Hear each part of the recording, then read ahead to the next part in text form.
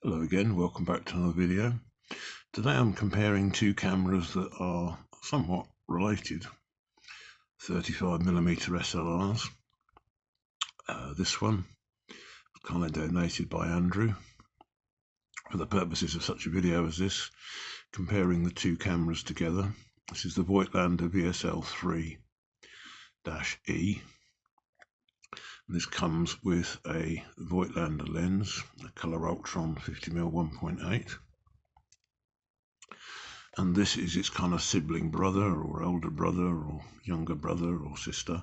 This is the Rollei Vs SL35E. And if you look at the top plates, you'll notice that they look almost identical, apart from a red button versus a green button and a chrome finish versus a black. These were available in chrome as well as in this nice black finish. These are from the early 70s, early to mid 70s. And at that time, I remember it well, unfortunately, a black coloured camera was more expensive than a regular chrome plated, well, unplated camera. So these were regarded as being a bit more upmarket, a bit more desirable, a bit rarer. You see it with Olympus, Pentax, Canon. They all had normally black versions of the everyday sort of chrome finish, but it was an additional cost. I think if I remember right, it was about an extra £10–20 at the time, which was considerable. It's only a cosmetic difference. There's no real difference in the internal workings of any of these cameras. Just the black version is, or was at the time, regarded as being the more desirable.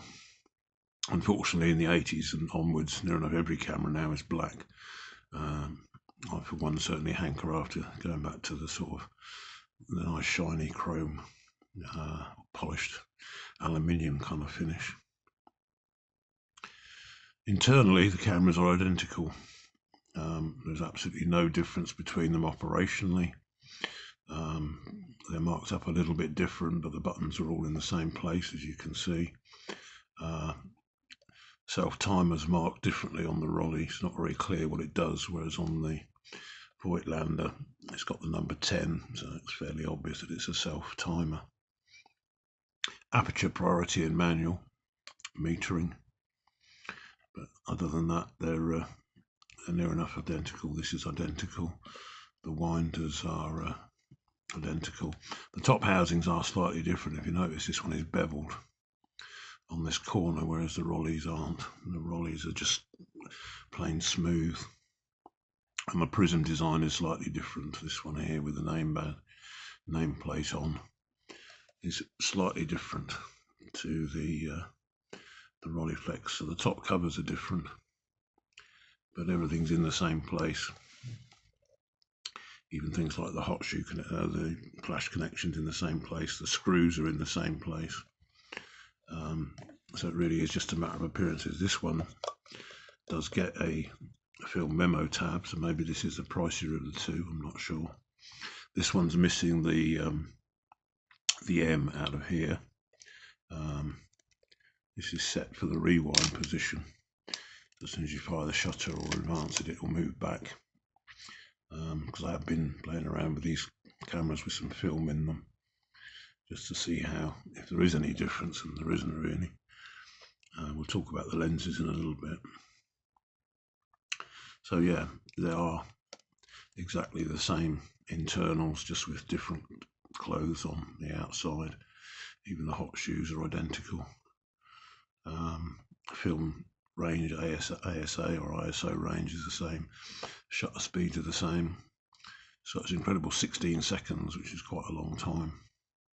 Threaded cable release socket and a lock for the shutter mechanism, identical.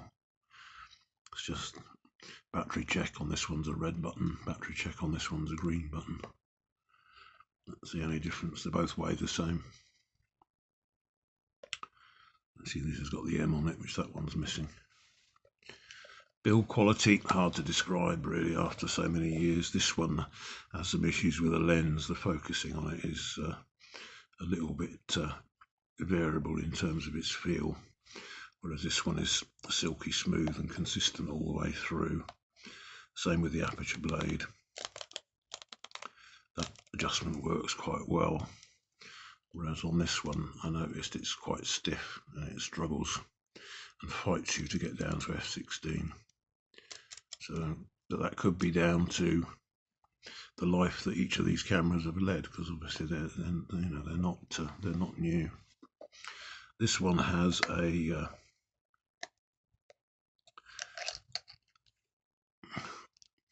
made by Rollei. This is a plainer 50mm 1.8. It's got the HFT, which is apparently the better coatings. So this has got the higher end coatings on it. But this lens is identical in optical design. It's a planer as well. So really the lenses are pretty similar. I think this one's got the slightly better coating on it. I think this one's a bit more upmarket than the Colour Ultron is. Little window there for looking at the aperture, so it's displayed in the viewfinder.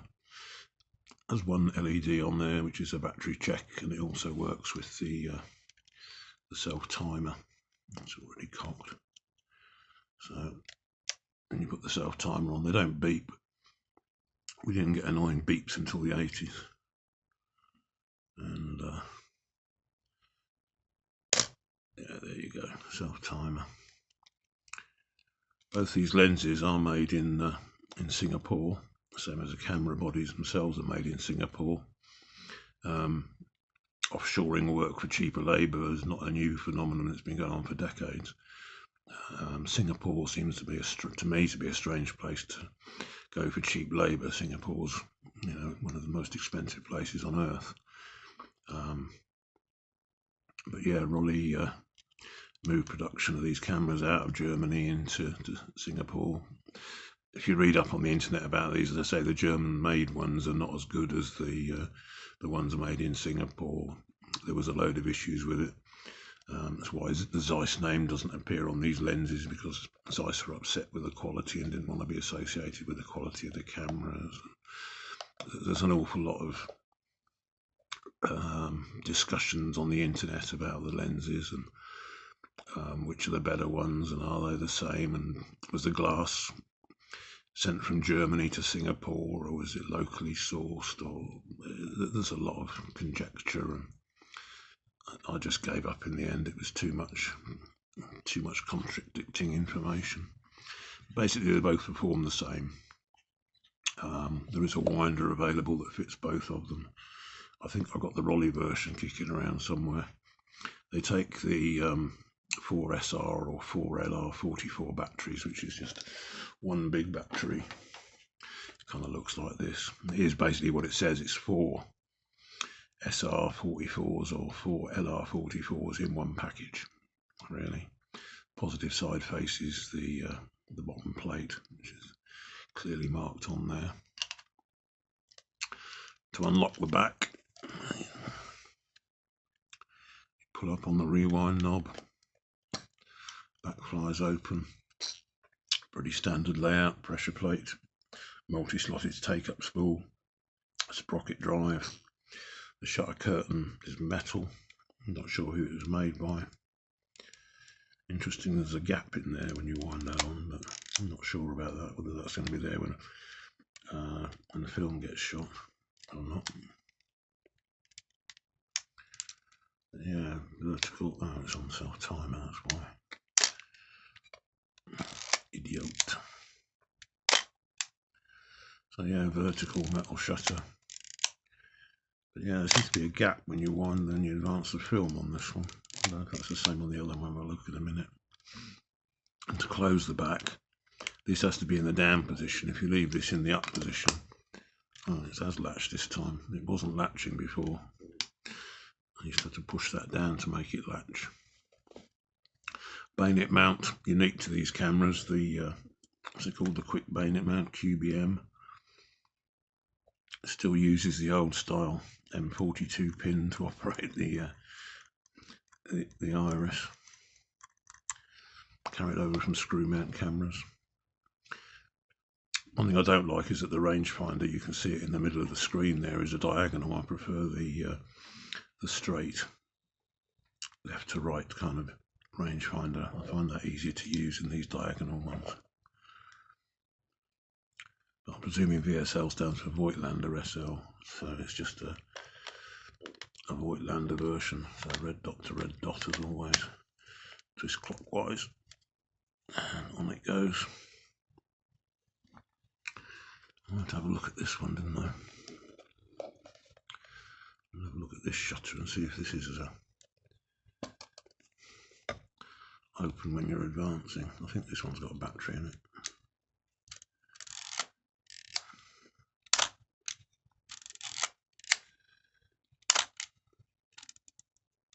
Yeah, it's a very narrow blind when you advance the film.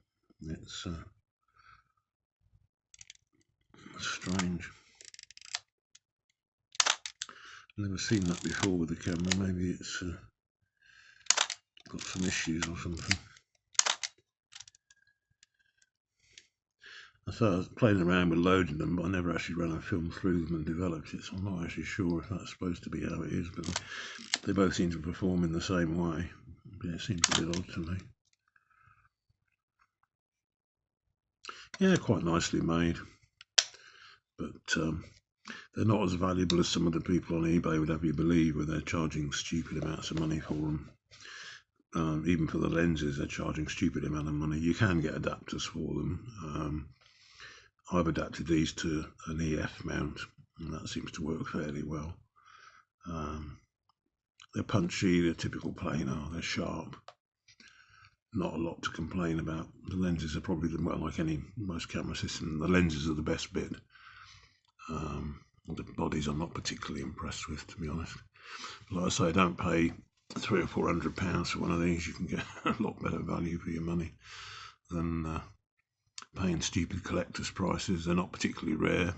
Seems the Rollei is more prevalent, especially here in the UK. I see a lot more Rolleis for sale than I do Voigtlanders. But these, because it's got the Voigtlander name on it, seem to be asked high prices for, which I wouldn't pay.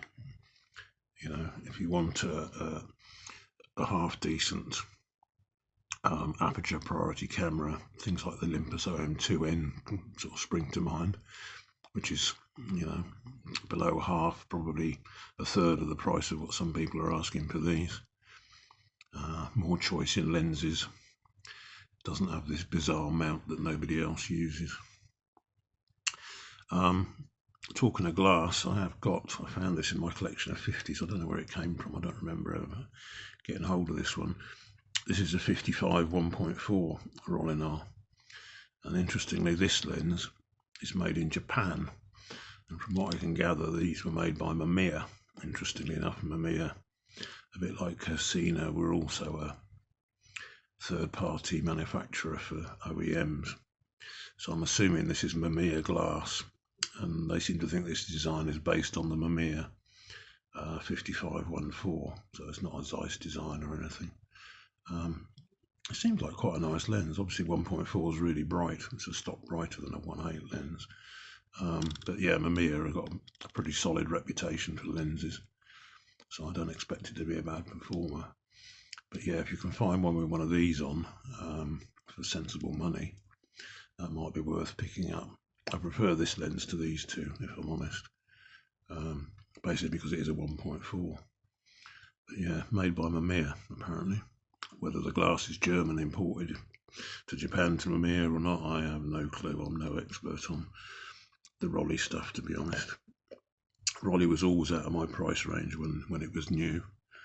It's only really now that the second-hand market's kind of grown, people kind of lost interest in Rolleis. At the time, they were the professional's default choice through the 60s, and most wedding photographers used Rollei flexes, the medium format type. But I don't think professionals use these, in all honesty. So there you go, folks. Here's my conclusion. Pick whichever one in whichever colour you like, whatever style you like. Don't pay a lot of money for them. Invest your money in lenses, but I wouldn't really recommend it unless you're an avid Rollei fan. I quite like the Rollei stuff. I think it's quite an interesting story. When I was a kid, they were like a really posh brand. They were up there. I consider them a bit like Leica. You know, they were one of the premier brands. Unfortunately, they're not really around anymore. Voigtlander is, as we often discuss. It's still selling lenses under the Voigtlander brand, made by Cosmetic, but they're perfectly respectable. But Rollei, unfortunately, is no longer with us. I've got quite a bit of Rollei stuff, TLRs and projectors predominantly. I've got a load of projectors from Rollei as well. They're very cheap at the moment, by the way, slide projectors. If you can remember those days of sitting in people's front rooms watching a slideshow of their holiday slides. Yeah, been there, done that. So that's my conclusion, folks. Buy whichever one you can find at the best price with the best lens on it, and have fun, but don't pay over the odds for it. You know, don't pay more than sort of 60, 80 pounds, maybe 100 if it's got a really good lens on it, and condition's important. But yeah, it's a dependable, reliable camera that performs. Lenses are the best bit, but avoid the expensive ones. They're just, in my opinion, not worth spending that sort of money on. You get a lot better cameras cheaper, and maybe invest your money in lenses. I always keep saying that. Lenses are the important part. The camera bodies is just a transport and a meter. Anyway, that's enough rambling from me for today. Don't forget to like, comment, subscribe, and all that usual YouTube stuff. Any questions or problems, you can always drop me a line at thephotographersbag@gmail.com, and the same handle on Instagram. I sometimes post pictures on there, and I look forward to seeing the next one. Bye.